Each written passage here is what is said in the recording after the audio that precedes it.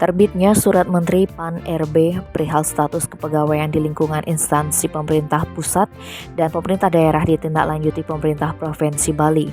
Hal itu untuk menyikapi serta mengambil langkah-langkah strategis terhadap keberadaan tenaga non-ASN untuk menunjang program atau kegiatan yang sedang dijalankan oleh pemerintah Provinsi Bali. Gubernur Bali, Wayan Koster mengatakan, formasi CPNS yang ditetapkan oleh Menteri Pan-RB setiap tahunnya selalu lebih kecil dibandingkan dengan jumlah PNS yang pensiun. Untuk menutupi kekurangan tenaga yang memiliki kompetensi, tegas Koster, dia mengambil kebijakan mempertahankan tenaga non-ASN atau kontrak yang ada saat ini dan akan mengangkat tenaga non-ASN secara selektif.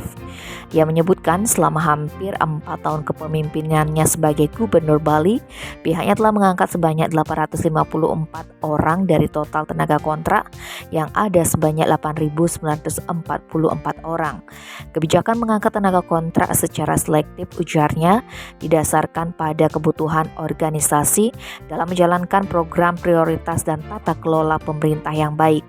Terhadap kebijakan yang dikeluarkan oleh Kementerian Pan-RB, Wayan Koster telah mendengarkan keresahan di kalangan pegawai kontrak atas keberadaan dan keberlangsungan kerja mereka.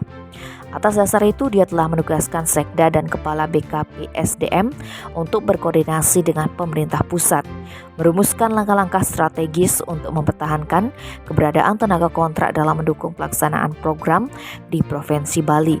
Kebijakannya untuk tetap mempertahankan tenaga non-ASN adalah untuk menunjang pelaksanaan program dan kegiatan di pemerintah Provinsi Bali karena jumlah PNS yang pensiun tidak sesuai dengan jumlah formasi yang diberikan oleh pemerintah pusat kepada pemerintah daerah, sehingga dikhawatirkan akan mengganggu kualitas pelayanan publik seperti tenaga kesehatan, tenaga pendidikan, penyuluh pertanian, tenaga IT, dan sebagainya.